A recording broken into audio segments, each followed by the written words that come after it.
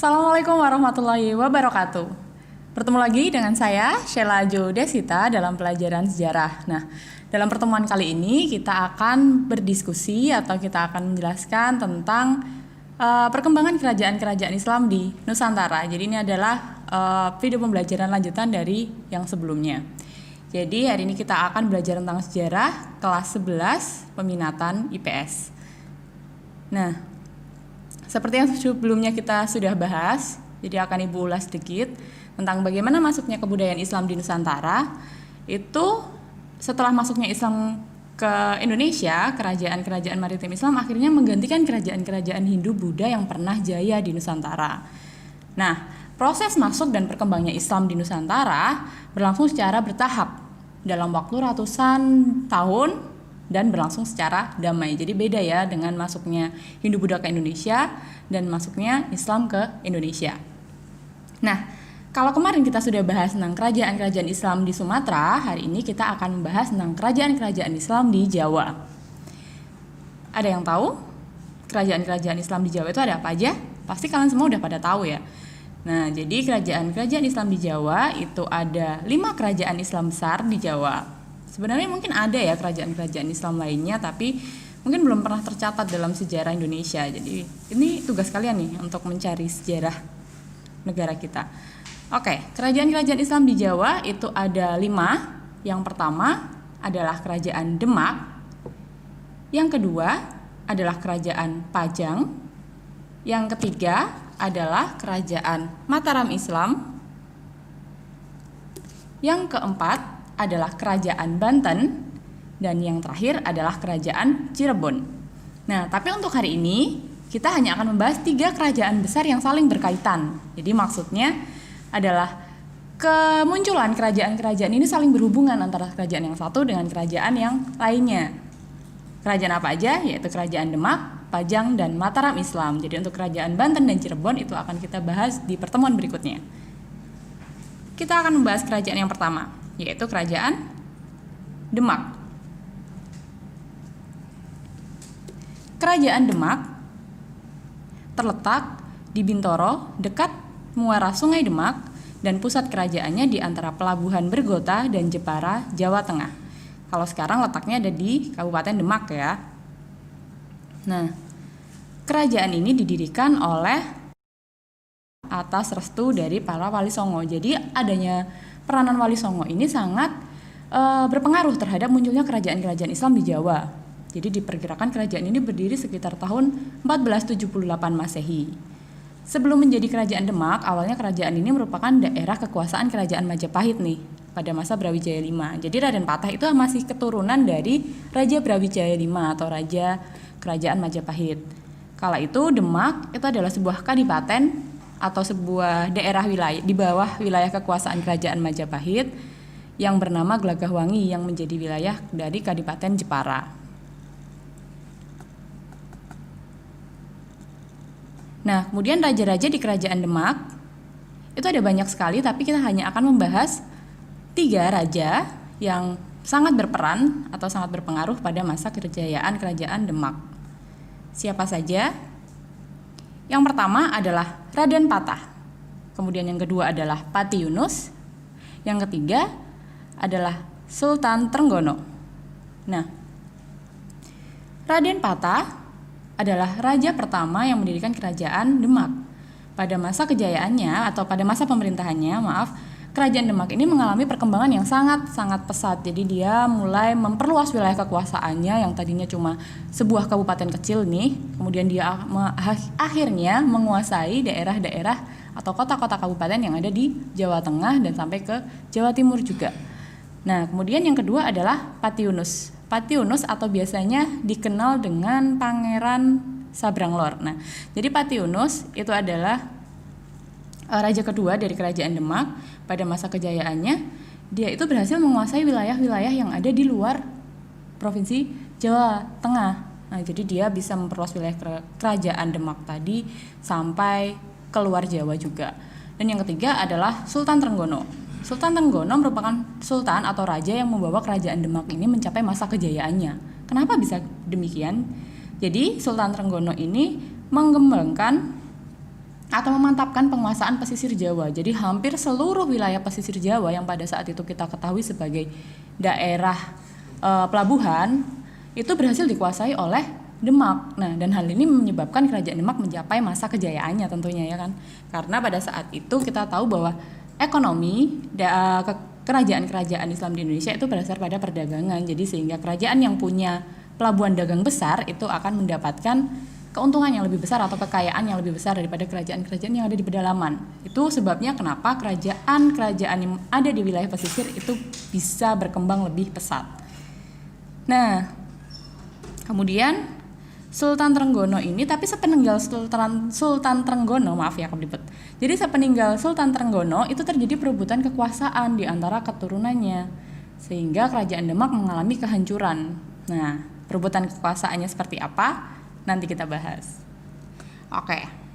Kemudian, apa sih yang perlu kalian ketahui dari kerajaan Demak? Selain peninggalannya, yang tentunya banyak banget, salah satunya adalah Masjid Agung Demak yang sampai sekarang masih bisa kita lihat, masih bisa kita manfaatkan dan masih bisa kita gunakan selain untuk beribadah juga sebagai untuk sarana pembelajaran, karena ternyata Masjid Demak itu memiliki banyak sekali nilai-nilai filosofis dan akulturasi yang ada di Indonesia gitu. Jadi tidak hanya ada unsur kebudayaan Islam, tapi juga ada unsur kebudayaan Jawa dan kebudayaan Hindu-Buddha yang ada dalam arsitektur Masjid Demak itu sendiri.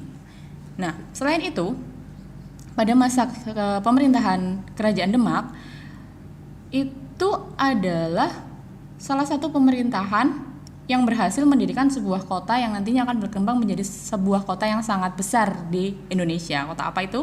Yaitu kota Jakarta.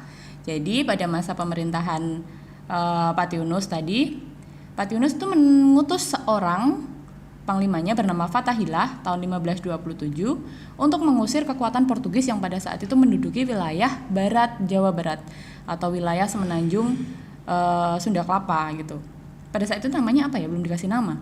Nah, akhirnya Fathahillah ini berhasil mengusir Portugis, kemudian mendirikan sebuah kota perdagangan dengan memberikan nama yaitu Sunda Kalapa. Ada yang bilang Sunda Kalapa, ada yang bilang Sunda Kelapa gitu ya. Di yang benar yang mana? Kayaknya dua-duanya benar deh.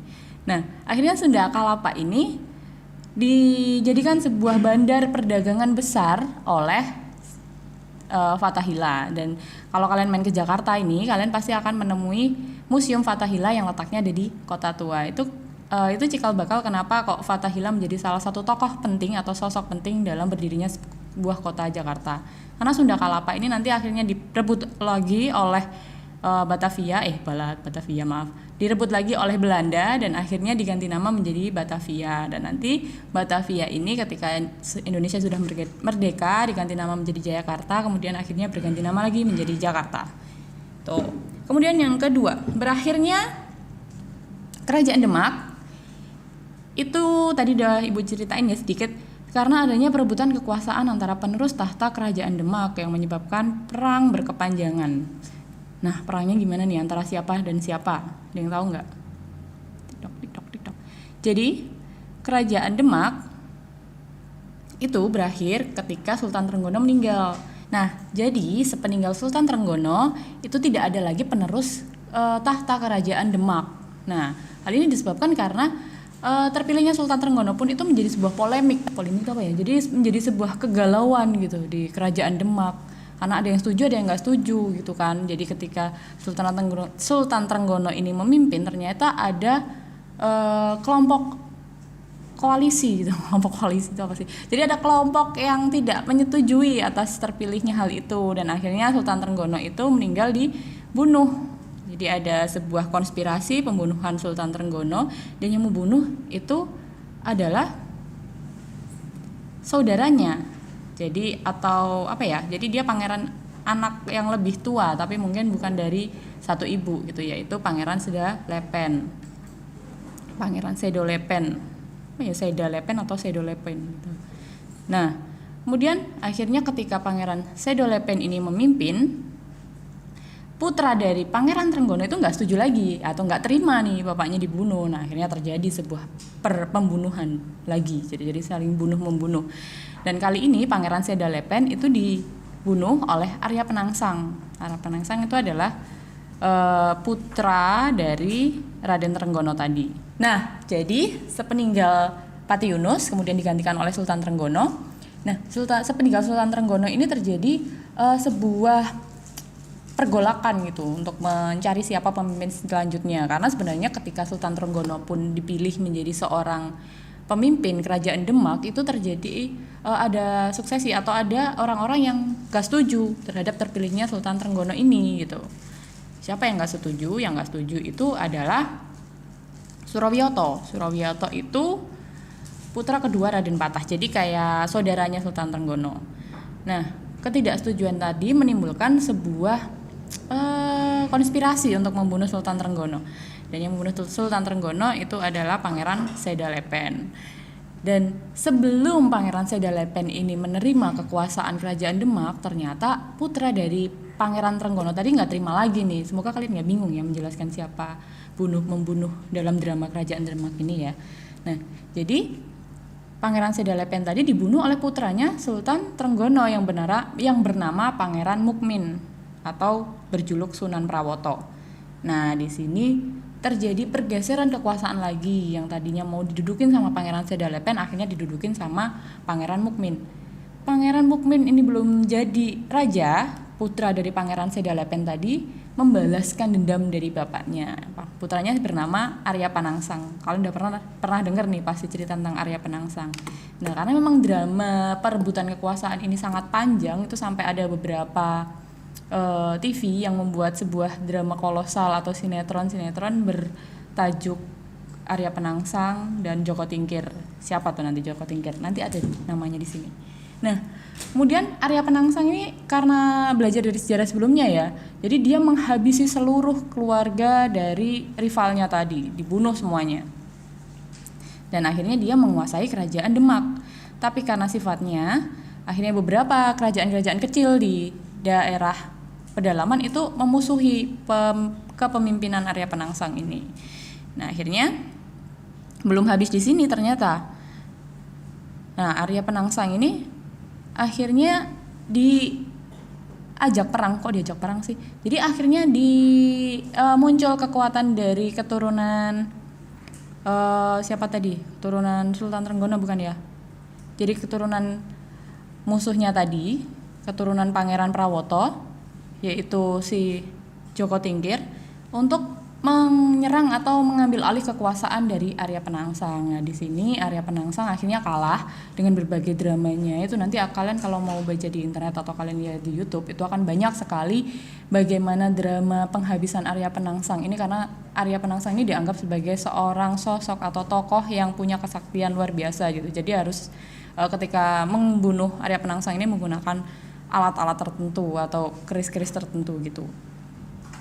Nah, akhirnya Arya Penangsang berhasil dikalahkan oleh Joko Tingkir, dan Joko Tingkir kemudian memindahkan pusat pemerintahan ke Pajang karena dianggap Demak itu sudah porak-poranda dan sudah tidak bisa diduduki karena sejarah kelamnya gitu. Jadi Joko Tingkir memindahkan pusat pemerintahan ke Pajang. Jadi Pajang itu ada di salah satu daerah, kalau sekarang itu ada di daerah Soloraya, dan di sana dia mendirikan kerajaan Pajang dan kemudian bergelar Sultan Hadiwijaya.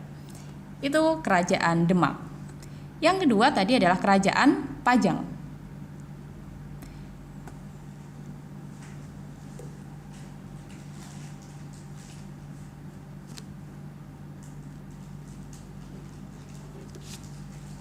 Kerajaan Pajang sebuah kerajaan di wilayah Jawa Tengah sebagai kelanjutan dari suatu kerajaan Demak. Pada saat itu kompleks istana hanya dilestarikan dalam bentuk batas-batas fondasinya yang ada di wilayah perbatasan antara Kota Surakarta, Kelurahan Pajang, dan Kartosuro, Desa Makam Haji Sukoharjo. Jadi itu adalah wilayah keberadaan kerajaan Pajang. Nah, kalau kita lihat, kalau sebelumnya itu beberapa kerajaan selalu meninggalkan jejak-jejak atau bukti-bukti peninggalannya. Kalau kerajaan Pajang itu bukti peninggalannya hanya sangat terbatas. Jadi cuma hanya ada tembok atau benteng peninggalan Kesultanan Pajang dan beberapa makam-makam kuno. Kenapa bisa demikian? Karena kerajaan Pajang ini juga hancur itu karena perebutan wilayah kekuasaan. Jadi nanti Mataram Islam itu pecah, kemudian salah satu dampaknya adalah merusak Kesultanan Pajang. Kita ngomongin Pajang lagi.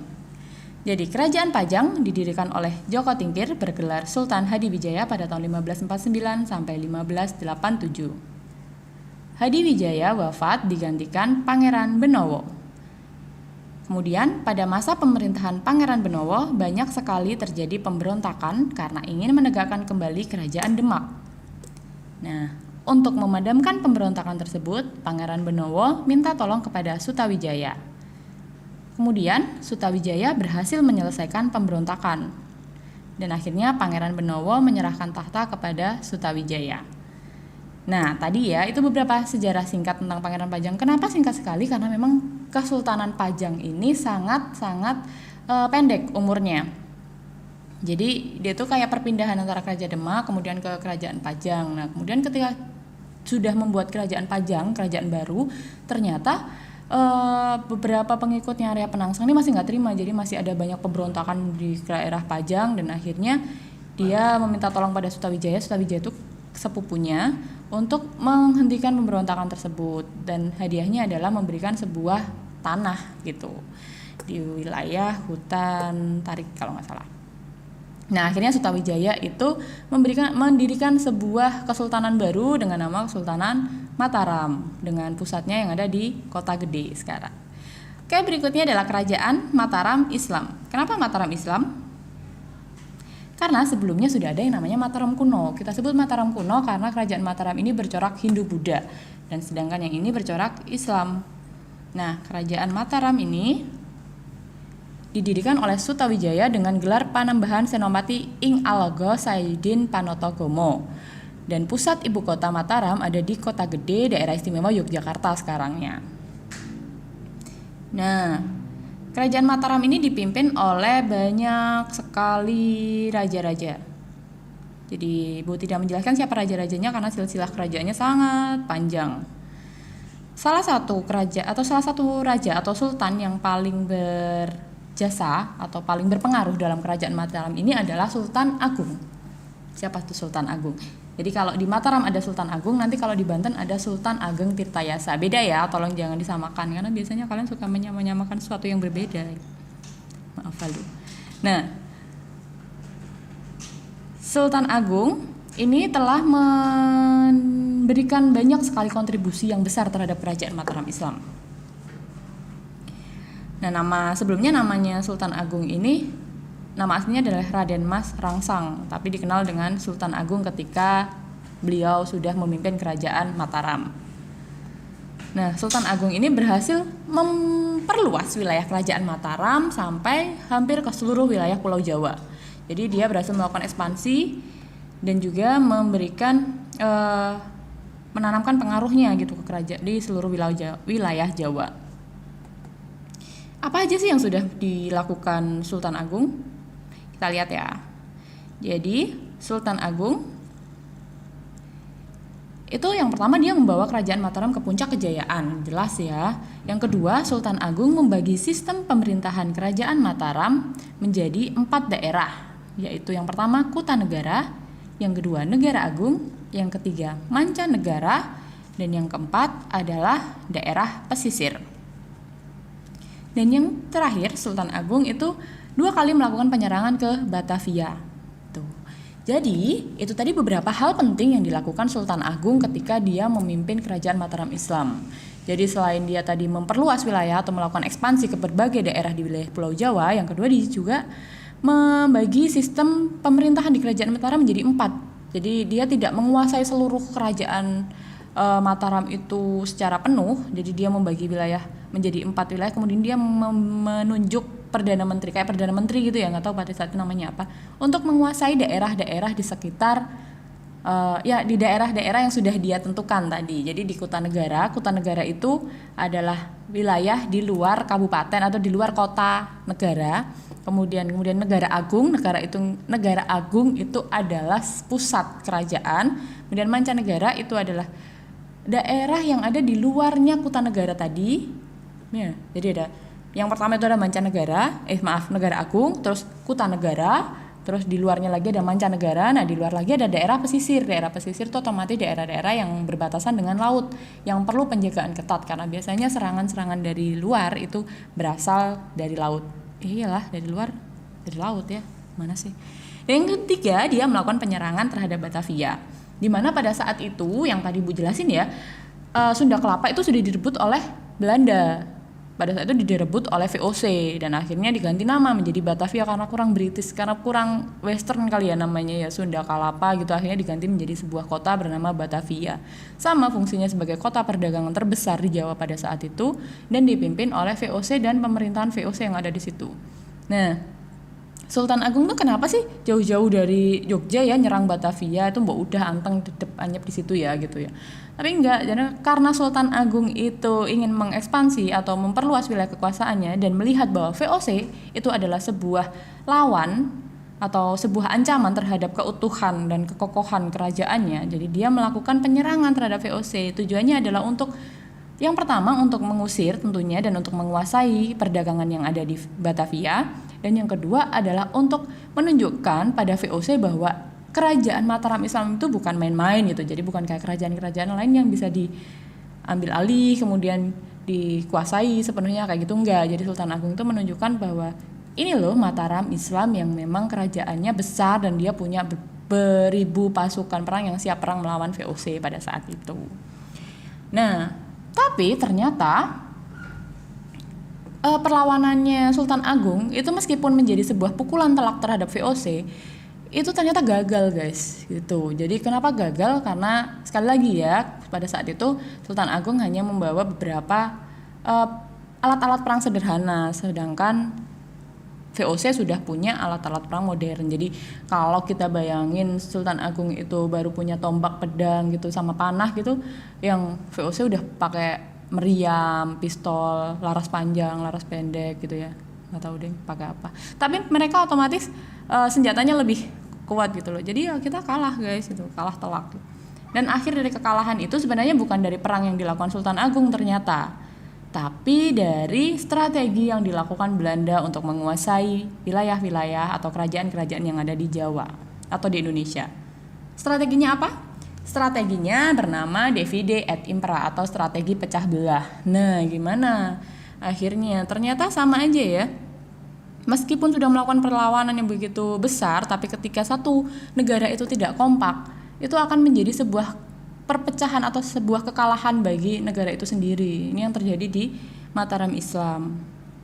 Nah, jadi ketika Sultan Agung itu wafat, jadi setelah dia melakukan penyerangan terhadap Batavia, kemudian dia balik ke kerajaannya dan ternyata dia wafat.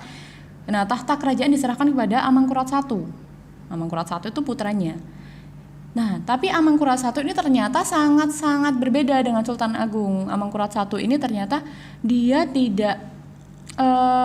tidak mempunyai semangat perjuangan seperti bapaknya gitu. Jadi kalau Sultan Agung itu sangat anti terhadap feodalisme Belanda atau VOC, dan Amangkurat I justru berteman dengan VOC.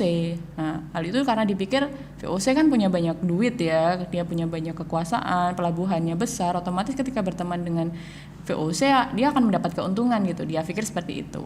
Tapi tidak, ternyata hal ini dijadikan VOC untuk menanamkan atau masuk ke Kesultanan Mataram untuk menyusupi bagaimana sih cara menguasai Kesultanan Mataram ini dengan baik-baik gitu. Nah, tapi adiknya si Amangkurat II itu nggak setuju gitu loh. Kok Amangkurat II, maaf. Jadi saudaranya itu tidak setuju ketika Amangkurat I berteman dengan VOC. Nah, hal ini menyebabkan terjadi pertikaian antar saudara. Yang satunya itu lebih milih bantuin VOC, yang satunya itu milih udah suruh pergi aja VOC-nya. Hal ini menyebabkan Mataram Islam nantinya terpecah menjadi dua karena sebuah perjanjian. Ada yang tahu nama perjanjiannya? Yaitu Perjanjian Giyanti. Nah, sekarang coba kalian diskusikan atau kalian cari literatur tentang Perjanjian Giyanti, kemudian kalian jelaskan Perjanjian Giyanti itu isinya apa dan dampaknya apa sih untuk kerajaan Mataram Islam ini, dan sebenarnya apa ilmu yang kalian dapat dari adanya Perjanjian Giyanti. Jadi ini videonya di pause dulu, kalian isi kalian jawab pertanyaan yang Ibu sampaikan barusan. Nah, berikutnya ya. Karena adanya perjanjian Giyanti tadi, akhirnya, nah kita lanjut lagi ya. Jadi karena adanya perjanjian Giyanti tadi, akhirnya kerajaan Mataram Islam dipecah menjadi dua, yaitu Kesultanan Yogyakarta Hadiningrat dan Kasunanan Surakarta Hadiningrat. Nah, itu yang kalian lihat sekarang, sampai sekarang masih ada, itu daerah istimewa Yogyakarta sama Kasunanan Surakarta, itu masih ada dua-duanya, cuma sudah berbeda sistem pemerintahannya. Nah, jadi nanti kerajaan Mataram Islam ini akhirnya pecah, berakhir dengan perjanjian Giyanti karena campur tangan Belanda, karena campur tangan VOC tadi, akhirnya pecah menjadi dua, Kesultanan Yogyakarta dan Kasunanan Surakarta Hadiningrat.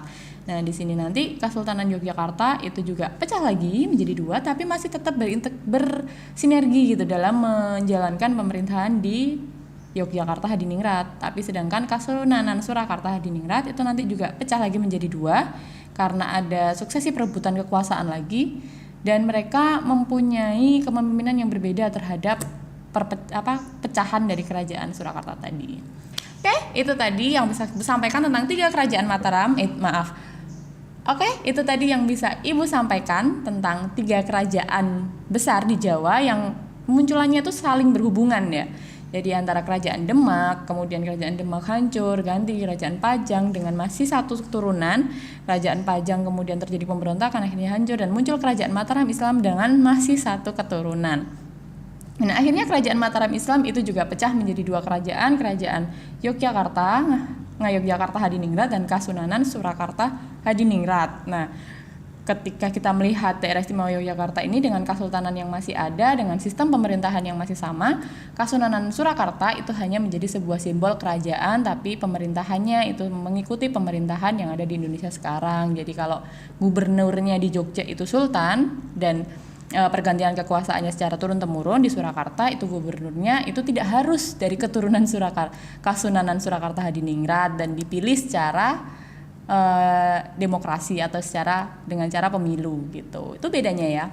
Dan semoga apa yang Ibu sampaikan hari ini tidak membuat kalian semakin pusing tentang bagaimana dinamika sejarah di Indonesia, dan semoga apa yang Ibu sampaikan hari ini itu menambah pengetahuan kalian tentang bagaimana panjangnya sejarah negara kita dan bagaimana kita harus menjaga keutuhan negara kita dengan saling bekerja sama gitu. Jadi jangan gontok-gontokan, berbeda itu biasa, tapi saling menjegal itu tidak biasa atau jangan dilakukan. Terima kasih, itu yang dapat Ibu sampaikan. Hari ini Ibu cukupkan. Ibu akhiri. Assalamualaikum warahmatullahi wabarakatuh. Sampai jumpa.